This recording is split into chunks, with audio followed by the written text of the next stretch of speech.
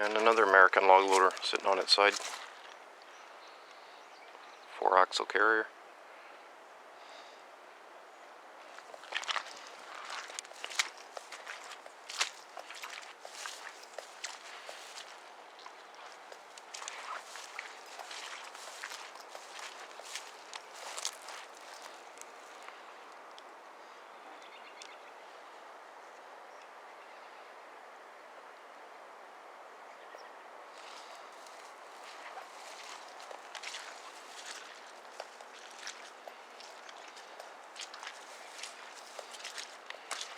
There's an old name. I think they're long gone. It's Waddington Logging, Butte Inlet, BC, up the coast.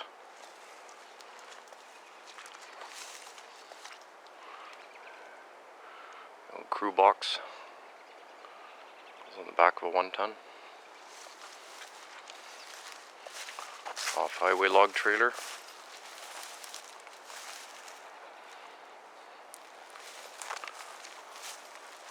A Washington, all spread out here. There's a carrier frame over there, heel boom.